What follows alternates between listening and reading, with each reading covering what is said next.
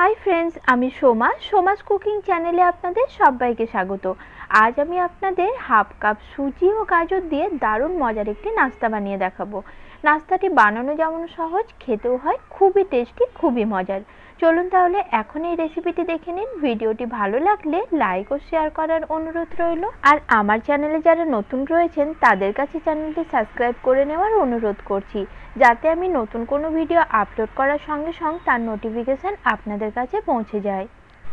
গাজর ও সুজির এই নাস্তাটি বানিয়ে নেওয়ার জন্য প্রথমে নিয়েছি দুটো গাজর। গাজরটা আমি ছুলে ধুয়ে রেখেছিলাম। তারপর নিয়েছি একটি গ্রেটার, আর গ্রেটারের যে বড় ছিদ্রটা রয়েছে সেটা দিয়ে গাজরটা এইভাবে গ্রেট করে নিচ্ছি। প্রথমে আমি দুটো গাজর এইভাবে গ্রেট করে নিচ্ছি। আর দেখুন গাজরগুলো আমার গ্রেট করা হয়ে গেছে। এখন নাস্তাটি তৈরি করার জন্য বসিয়েছি ফ্রাই প্যান। ফ্রাই প্যানের মধ্যে 1 চামচ মতো সাদা তেল দিয়ে দিলাম। তেলটা ভালো মতো গরম হয়ে গেলে তেলের মধ্যে গ্রেট করে রাখা গাজরটা আমি দিয়ে দিচ্ছি।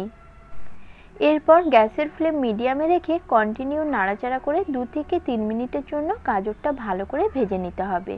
এখনই আমি নুনের ব্যবহার করছি না, আর ঢাকনা দিয়ে ঢেকে গাজরটা একদম ভেজে সেদ্ধ করে নেওয়ার কোনো প্রয়োজন নেই। জাস্ট এই অবস্থায় 2 থেকে 3 মিনিট ভালো করে ভেজে নিলেই দেখবেন গাজরটা আগের থেকে অনেকটাই নরম হয়ে গেছে। আর টোটাল 3 মিনিট গাজরটা আমি ভালো করে ভেজে নিয়েছি। এখন এর মধ্যে আমি হাফ কাপ দিয়ে দিলাম সুজি। সুজিটাও নাড়াচাড়া করে গাজরের সঙ্গে ভালো করে মিশিয়ে নেব। আপনারা ঠিক যতটা পরিমাণ গাজর নেবেন তার হাফ সুজি এখানে ব্যবহার করতে হবে। আমার এখানে গ্রেট করা গাজরটা হয়েছিল 1 কাপ মতো, তাই আমি এখানে সুজি দিয়েছি হাফ কাপ। এরপর দিয়ে দিলাম স্বাদ অনুযায়ী নুন, আর দিয়ে দিচ্ছি 3 চামচ মতো চিনি। এখন সব কিছু আবারও ভালোভাবে নাড়াচাড়া করে মিশিয়ে নেব। আর গ্যাসের ফ্লেম এই পর্যায়ে একদম কমিয়ে দিতে হবে। তারপর চিনিটা একটু মেল্ট হয়ে যাওয়া পর্যন্ত অপেক্ষা করব। আর 2 মিনিট পর দেখাচ্ছি, দেখুন চিনিটা আগের থেকে অনেকটাই মেল্ট হয়ে গেছে। এই পর্যায়ে আমি এখানে অ্যাড করে দেবো দুধ। আমি এখানে 1 কাপ দুধ অ্যাড করে দিলাম। আপনারা ঠিক যতটা পরিমাণ সুজি ব্যবহার করবেন তার ডবল এখানে দুধ ব্যবহার করতে হবে। আবার চাইলে জল দিয়েও আপনারা এই ডোটা তৈরি করে নিতে পারেন, তবে দুধ দিয়ে করলে খেতে বেশি টেস্টি হয়। এরপর সব কিছু একসঙ্গে ভালোভাবে নাড়াচাড়া করে মিশিয়ে নিয়েছি। আর গ্যাসের ফ্লেম এই পর্যায়ে মিডিয়ামে রাখতে হবে। জাস্ট কয়েক মিনিট নাড়াচাড়া করতে করতেই দেখবেন ডোটা অনেকটাই ঘন হয়ে এসেছে। তবে ডোটা ঘন হয়ে এলে কন্টিনিউ এইভাবে নাড়াচাড়া করতে থাকতে হবে, নাহলে কিন্তু ডোটা তাওয়ার তলায় লেগে যেতে পারে। যখন দেখবেন ডোটা এরকম শক্ত হয়ে এসেছে আর তাওয়ার গা ছেড়ে খুব সহজে উঠে আসছে, তখন বুঝতে পারবেন ডোটা একদম পারফেক্ট তৈরি হয়েছে।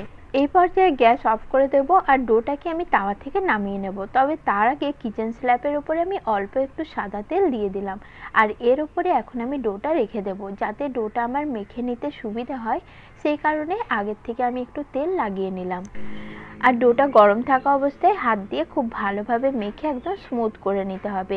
গরম গরম ডোটা এভাবে মেখে নিলে ডোটা দেখবেন একদম স্মুথ একটা ডো তৈরি হয়েছে। ডোটা যদি আপনারা ঠান্ডা করার পর মেখে নেন তাহলে কিন্তু এরকমই একটা স্মুথ ডো তৈরি হবে না। তারপর আমি হাত দিয়ে ডোটাকে এইভাবে দেখুন চ্যাপটা করে নিচ্ছি, আর ওপর থেকে একটি বেলনা দিয়ে এইভাবে বেলে একটু সমান করে নিচ্ছি। এইভাবে ডোটার আমি একটা চৌকো শেপ দিয়ে নিয়েছি। এখন ছুরি দিয়ে মাঝ বরাবর কেটে নিচ্ছি। তারপরে সাইড থেকে আবারও এভাবে চৌকো করে কেটে নিচ্ছি। আপনারা যে কোনো শেপেই কিন্তু এই নাস্তাটি তৈরি করে নিতে পারেন। প্রথমে নাস্তাগুলোকে আমি বড় চৌকো শেপ দিয়ে কেটে নিলাম, তারপর মাঝ বরাবর কেটে এভাবে তিকোনা করে নিচ্ছি।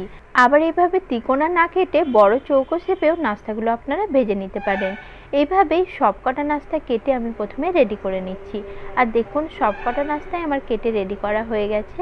এখন এগুলো আমি ভেজে নেব। আর ভাজার জন্য তেলটা কিন্তু অবশ্যই খুব ভালো মতো গরম করে নিতে হবে। আগের থেকে রিফাইন তেল আমি খুব ভালো করে গরম করে নিয়েছি।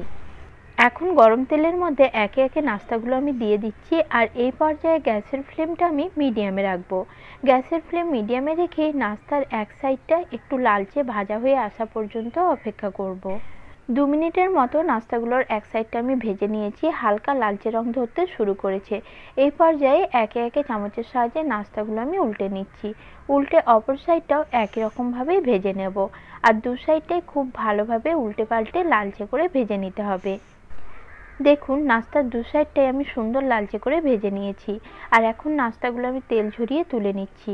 নাস্তাগুলো বাইরে থেকে মচমচে, ভেতর থেকে নরম, খেতে জাস্ট দারুণ লাগে। একবার হলেও বানিয়ে খেয়ে দেখবেন, ছোট থেকে বড় সকলেই খেতে ভীষণ পছন্দ করবে। নাস্তাগুলো আমার তৈরি হয়ে গেছে। রেসিপিটি আপনাদের কেমন লাগলো আমাকে কমেন্টে অবশ্যই জানাবেন। নমস্কার বন্ধুরা, সকলেই ভালো থাকবেন।